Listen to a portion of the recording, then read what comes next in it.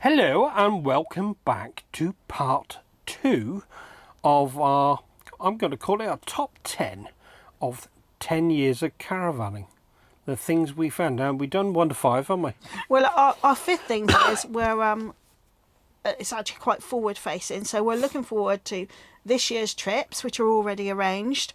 COVID, notwithstanding COVID. And we're looking forward to a main holiday to France and Italy, plus various trips to places in the UK and Wales this year. And the key thing we've learned over 10 years with any of that is plan and book early. And be totally flexible. Yeah. Because, you know, France and Italy might not actually happen, like it didn't happen last year. No. So you have to have a plan B. Yeah, have a plan B. So we've booked for the same 2 weeks somewhere in the UK, which we can cancel, a week before if we need to. Yes. Yeah. But I'm hoping it should be all right by July, August. So, things should be all right there. So I'm looking forward to that. Finally getting this out on the road. Because it feels like, when was the last time we actually ventured abroad? It feels to me like it's 3 years. I think it was 2020. We did get away in 2020 to Germany and France. Yeah. Oh, just before it all locked down. Yeah. We were very lucky in 2020. We hit between various lockdowns and we had a great time. No problems at all. So we're hoping to get away this year. But like we say, you have to plan anyway because you're going to another country, different rules anyway. But now with COVID, you have to plan and then plan again. And Steve is the one who plans. I'll just come along for the ride. Steve will plan. But I have to be aware about that planning. So our next one is, it's just loads of things that we've learned about what caravanning teaches you. It teaches you certain things. And the one thing that surprised me is it actually teaches you to be a little more green in your behaviour. It does. Yeah. It does. And be aware of the power you're using as well. And things like that as well. Yeah. I mean, when we went to Germany, they actually charge you for electricity, which makes you actually go around and unplug things, that you don't need. So it's quite good because blokes will know what this is like. You wander around the house turning Blackpool illuminations off, right? And you're getting used to do that in the caravan now, isn't it? But I think when you first go away with small children and you all do jobs, you begin to realise that if you use all the water up, one of you is going to have to go and fill up the water butt or fill up the flush or empty the you-know-what, or so you become really aware of your use of stuff. Yeah, exactly. And that is a really good thing, now increasingly good thing. And then you came on, like other things you learn, and we went to Germany, and you pay a fee for your pitch, and then at the end of your stay, they charge you again based on the power you've used. You can use as much power as you want, can't you? Absolutely. You can leave everything on. But you are going to pay at the end, and you just don't know how much it's going to cost. And that's it was not expensive, by the way. I mean, we're not totally mad. No, but we were careful. But yeah. Yeah, it worked out about €4 to €5 extra a day. Yeah, which is £3 or £4. It's not a lot. Yeah. Probably £5 now. But it does make you more aware of your impact on things, and I think that's a good thing. And also the recycling, instead of just having one great big bin bag where you lump all the stuff in it, you end up having to split things up. Or you have to do it when you get to the actual place that you're putting your rubbish into. Split them up there. Yeah. But it makes them aware of all them tasks and jobs that have to be done as well. It's good. And also, you've got to be in your bonnet about 12 volts, haven't you?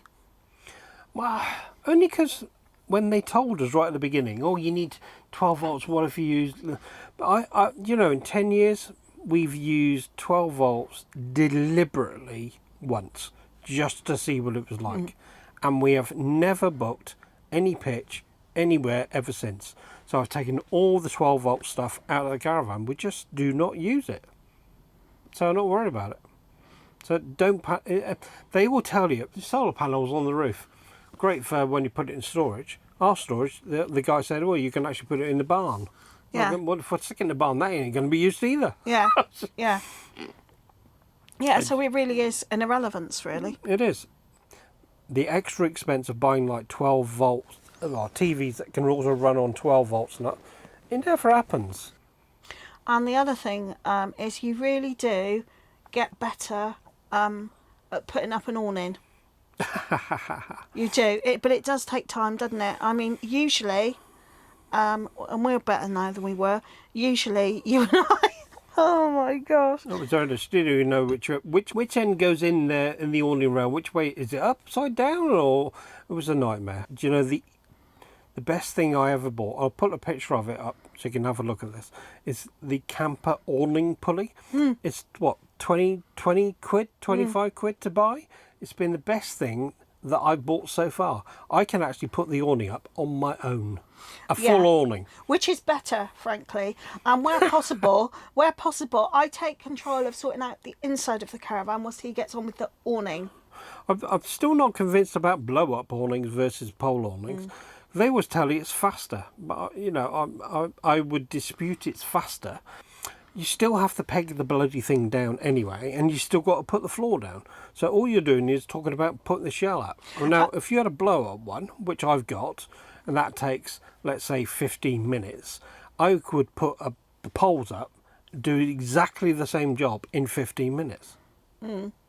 I think that mentally you think they're quicker, but actually I find they're quite low. Our one is quite low, and it gets condensation in a way the others don't. Yeah, exactly. I don't know why. Oh, I know. Well, it's not an Isabella blow-up one, I suppose. Yeah, because some of the other ones are cheaper ones. And also when it gets windy, you find that blow-up ones collapse easier. They're certainly noisier. And Isabella ones, which are what we use for all singing, all dancing big ones, we don't get any issues with that at all. Yeah. And our favourite has now gone, there's only a couple of us, is a Magnum anyway, rather than the full one these days. But do listen to the wind forecasts. We've learned to our peril that if it says it's going to be windy, take the awning down. Get yourself a decent app. We use Wind Finder, and it is, we Very found over the accurate. years, very accurate. It's going to rain in an hour, is it? Okay, and it does, sure enough. But the wind, it's the wind bit, is the bit we're interested in. It's all to do with windsurfing and sailing. We're not into windsurfing and sailing, but I do need to know about the wind. That's why we have that. Yeah, so if it says the winds are going to be high, what would you say over what? It's 45 miles per hour, gusts of. Yeah. Anything above that, take it down. Yeah, just take it down and don't. Or if it's coming, when we've known it's coming, we've taken it down, haven't we? Or even delayed putting it up, because we know it's going to be really windy tonight, so we'll put it up tomorrow rather than today. And we have had instances where we've ignored that, once in Devon, and in the middle of the night, the wardens had to come out and help us hold our awning. Yeah, to hold take it down. Yeah. And we put it in their sort of like boiler room to dry off, which was really kind of them. So we've learnt through big mistakes. What about awnings in Italy then? Yeah. And the storms? Yeah. We were, one of our Italian holidays, we've been twice, hopefully going again this year. We went to Venice for a day. It was very hot. When we were in Venice, there was a storm that came very suddenly, completely unexpectedly. So bad was this storm, furniture was rolling across the... Yeah. because there's a lot of squares in Venice. And this woman was running, and she said to us, you need to come and stand in the lobby you cannot stay out in a storm like this. So we had this really weird situation. We were inside a Venice house, weren't we? Just left on our own in the lobby with the stairs going up. It's obviously a series of flats. We were just left inside waiting for this storm to pass. Just as a side note, there was loads of pot plants, head height, held up with bits of string going up to all the stairs. Going up over the foyer. That's how they bit pass in the middle. shopping up, isn't That's it? how they pass stuff up and down. Brilliant. Yeah. Anyway, we had the storm. It passed. We got on with our day.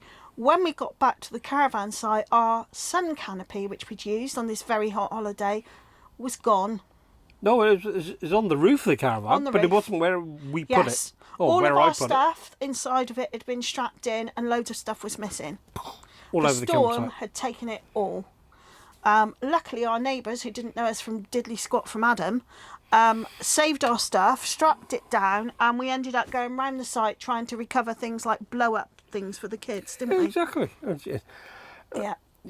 They have...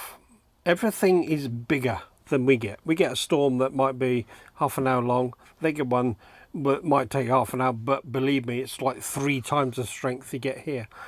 Not pegging things down properly or putting enough pegs in would be all right.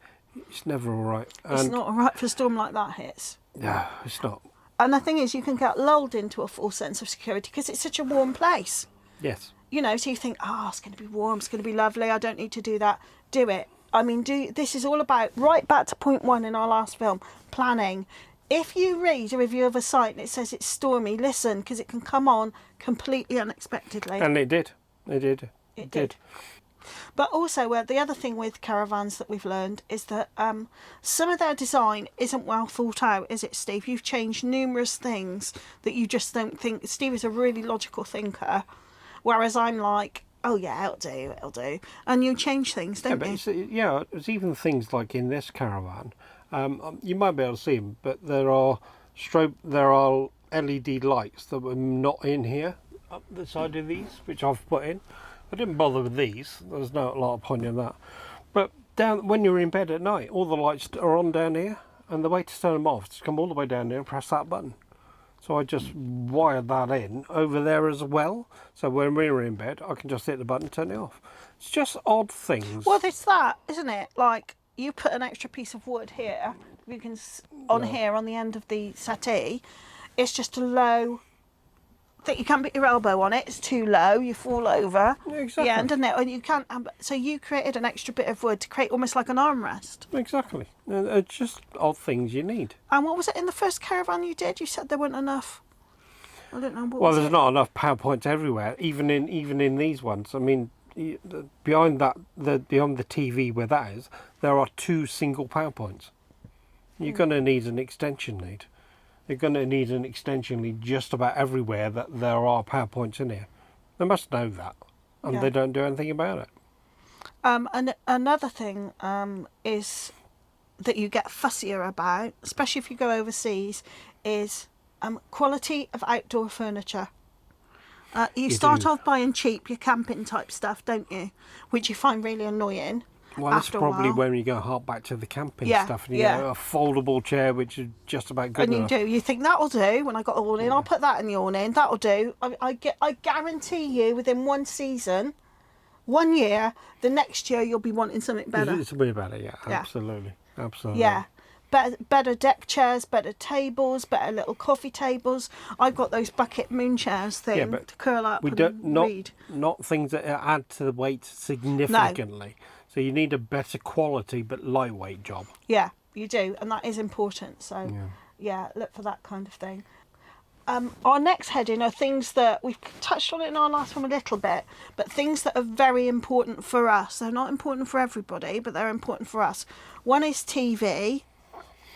Well, the thing is, when you have children, or even if you do run your own business and you're wandering around, we need a good internet access, or good Wi-Fi, or both.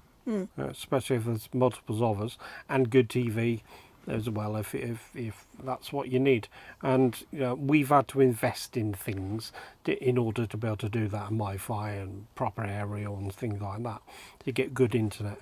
But when we go abroad, tends not to be that much of an issue. Here it is. At most sites in the UK, the Wi-Fi has been absolutely rubbish. Yeah. Which is why we've had to go to a Wi-Fi device in the first place. Yeah, I mean, we have done a whole film about that, but multiple times on sites, I've met people that are older than us, we're mid-50s, we want to get away from it all, that doesn't interest us. Well, it interests us. We like to be connected. If I had to do some work, which we have had to, or you're editing films like for this, we need that access. And I think increasingly, caravanners will need that. It's not about age, it's about being more connected and more connected to the digital world. Well, you're not going to bring in the younger generation if the internet access is rubbish. Yeah, that's right. So for us, it's important in our mid-50s, will become increasingly so. And it should be a value add. Those sites which do have good connectivity should make that really clear on their sites. Yeah. Even when we went to one of the sites in Italy that we went to, offered 2 levels of broadband, didn't they? Of Wi-Fi. One which was fairly average, just download your emails. One, all singing, all dancing, you can stream films on. Yeah. That's the kiddie we're after. Yeah, and we do. You don't get that choice yet. No, and we do pay for it. And we we want that. That is what we want, even if we're on holiday. Oh, God, we yeah. want that, and Anyway. especially if any of the kids are with us. So it drives me nuts. Yeah. And the other thing that's really important, hydraulics. Yeah, you spend ages just trying to level this. It's a big caravan. One button press. It's easy. Yeah. It's We'd easy. recommend that. And if we were to change this caravan and have another, Oh, God. which we may So do, it's- hydraulics and the satellite TV, plus the motor movers would be the three things we would have without thinking about it. We would have that and the Absolutely. cost, wouldn't we? Absolutely. We would do that just to, we love the caravan in life, but there's no reason why it should be an absolute uphill struggle all the time. The whole thing's got to be easy. Yeah. Easier anyway. You kind of learn, don't you? Yeah.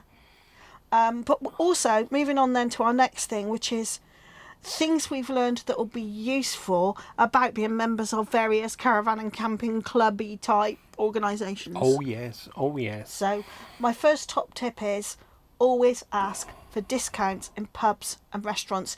Even if there's no signs, always ask if they do a discount. You're a member of the Caravan and Motorhome Club, or a member of the Caravan and Camping Club, or a member of whatever, always ask. Even when you're abroad, by the way, Yeah. if you clock the place you're in and tell whatever restaurant or whatever you're in, oh, you're in up, you can have some discount. Yeah. And If you don't ask, you don't get. Yeah, and we've got that multiple times. Also, always visit the information room and see if there are discount cards or information about discounts at various places going around. That's really useful as well. Because what do shy kids get? Absolutely nothing. Yeah, yeah. So if you don't ask, you really do need to Yeah. ask to get something. Hey, And if you can't see anything, ask the wardens where you are. Are there any discounted tickets to places or anything like that around where you are? Or ask the neighbours on the site. yeah, exactly. They usually got good Yeah, tips, yeah, haven't yeah, they? yeah. And another good tip is if you've got a doggy, like we have, and loads of caravanners here, I don't see any of her here, yeah, get yourself blankets. Dog blankets. Yes. And several of them. Otherwise, everything will be covered in hair. She's nice today. Gone to sleep, look. I know, but have you noticed on my jacket, which will have hairs on it? Yeah, I know. Yeah. So get yourself dog blankets, at least 3 I'd recommend for a 2-week trip. And towels, because Yeah. not everywhere is dry. Yeah. And when you come back, you don't want it mudding in, Yeah, keep a couple of old towels outside. I know it sounds obvious, but a lot of people forget that when you've got a doggy, and then you've got a wet, smelly doggy in a very confined space. Especially if they roll in anything, which isn't funny. This is from experience, by the way. So, yeah, take it as read. Yeah, and another thing is, take a torch. Sounds so simple. How many of us forget? Take a torch when you are out and about on a site, especially in a foreign country where we have had a campsite which is in the middle of the bloody woods with Yeah, no exactly, lights at yeah, night, and yeah. if you haven't got a really good torch and you want to go anywhere, or you want to go to the loo because it's not suitable for Not one of these Inside. old bloody battery proper. Yeah. get a big one. An LED. Oh, I can't show you. Yeah. It's an LED one with one of these Cree bulbs in it, really bright, lasts forever. Get one of those. Yeah, Not cheap, get a cheerful good one. torch. And you might want to get a decent flying bug squatter thing, especially if you're going overseas, might you? Yeah, yeah. The exterminator or something. It wasn't was the exterminator. Yeah. It's a tennis racket. A tennis racket type shape thing with the battery, and it goes when you get one. It's absolute bloats. You're gonna love it. It's on Amazon. Just search out that. Hang on a second. Yeah. You look. Okay. You keep talking amongst yourself. Yeah. And because bugs are attracted to me and bite me, it's a really vital piece of equipment, especially overseas. That's There it is. It's called the Executioner, and it takes a little square battery. I haven't got a battery in it at this stage, but believe me, that when that's charged up, bang! Yeah. You'd be at it all night. Brilliant fun. You must use it carefully though. Don't have it around children and animals because that really hurts. I bet health and safety wouldn't like you having one of these. Yeah, If so, you charge yeah. that up and just touch somebody. Yeah, Jess keeps out of the way of it. She knows, and the kids are older now, so I probably wouldn't have it had little kids. But Oh, yeah. but it's a must. And moving on to our next section, it is things that are particular to us that we will and won't do. So I'm going to come on to the first thing, which is on my advice, which is with us, you can forget gourmet cooking in the caravan because I ain't interested. No, exactly. You're on holiday. Oh, yeah. When we go away, I'm not cooking roast dinners or gourmet cordon bleu. I don't do it at home, so why the hell would anyone think I would do it in the caravan? Which is probably one of the reasons. I know it has a caravan gas point here for a barbecue. We ain't buying one. No. Don't need a barbecue. No, our rule of thumb is salads, easy food. Generally, we'll eat out once, which is usually lunchtime when we're out, isn't it? No, we can't cook it. We can do bacon and sausages Yeah, and things yeah, we like that do for that. breakfast, but not do for that. evening. No, can't be bothered. And overseas, it's we will find a supermarket, which is usually of the Lidl Aldi variety. Yeah, exactly. Just go get your stuff. Buy loads of salady stuff and have salady stuff. Anything that's easy and quick, as far as I'm concerned. I'm not a chef. I'm not a cook. I don't enjoy it, and I'm blowed if I'm going to spend time doing it. And you don't either, do you? Oh, can't be bothered. Yeah. So cooking is not our thing in the caravan. There are other people that do it, and if you love doing it at home, That's I why suppose this you'll love doing caravan's it. got a microwave. Yeah.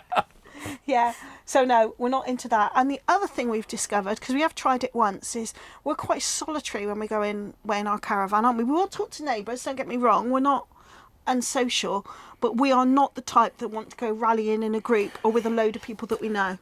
No, I'd agree with that. We tend to go away with an agenda anyway. We want to go and see X, Y, and Z places and all the rest of that. So we don't actually need to be, I suppose, joining in with going all sitting around a tent and stuff like that, or sitting in an awning and having loads of drinks. It's not really us. It's not really us at all. And I just think that because we're quite busy professionally, I'm not out saying and it's about. never going to be us. You never know.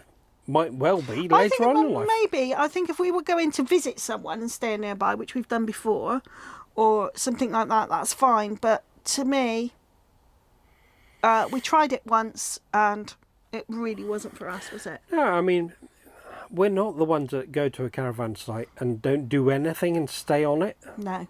I mean, that's why you buy a motorhome, I suppose, is it? Because you've got no car, you can't go anywhere. Yeah, we don't. We do like to go and explore places and do our own thing, not have to work to anyone else's agenda or anyone else's plan or anything like that, because we're busy the rest of the time. We like to be busy in our way and relax and maybe not actually do anything that day. some days we do that, don't we? We just sit around, especially overseas where it's hot. We might sit and I like to read, which you don't really like to do. No, but you can go for a pictures. read. No, we got the paddle boards. I mean, David can go off and do true. that. I'm sure we will do that this year. That'd be hilarious. Still, I did get on the paddleboard in 2021, very, very briefly. Might see if we can get you on it in 2022. A summary. So we're going to do our final 10th point is a summary, just to give you some I think thoughts. you might find that's 11. Is it? It's a bonus. All right, a bonus. bonus thing then, summary. Just unexpected things that 10 years we could never have predicted. That caravanning really paid off during the time of a pandemic and COVID. Well, I didn't can it? think of COVID. Would be we didn't really put this into storage because this is obviously self-contained, and we can fit it on. Luckily, we can fit it on the end of our drive. Just. So it's been used actually quite more than normal. And we still would have been here at Christmas and things anyway. But and also, as soon as restrictions were lifted in the UK, we're off. Semi-lifted, we were off straight away, even though we couldn't use toilets, couldn't mix, so we still got it all in here though. We were able to go away and still use it, and I think you'll find sales of caravans went up massively, didn't it, as well during this time.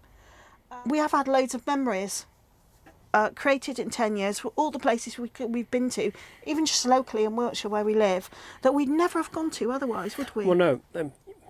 I suppose it goes all the way back to the beginning when we moved from that tent, in so much that we went, I don't know, 40 odd nights away last year. Yeah. So how many nights would you have had without a caravan? If it would have cost a fortune, you might have got a dozen, if you were lucky.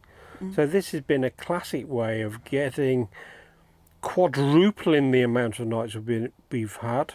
Therefore, all the memories that go with it, and that's really what this is all about, memories, isn't it? Yeah. This is a means to get us to somewhere to create the memories that we need to see. Brilliant. And getting us to and from places. You love planning and the travelling, pulling the caravan. I don't really enjoy that bit as much, but you know, you do have adventures to and from places. Like overseas, you learn, especially in France, that they're far more welcome to caravanners.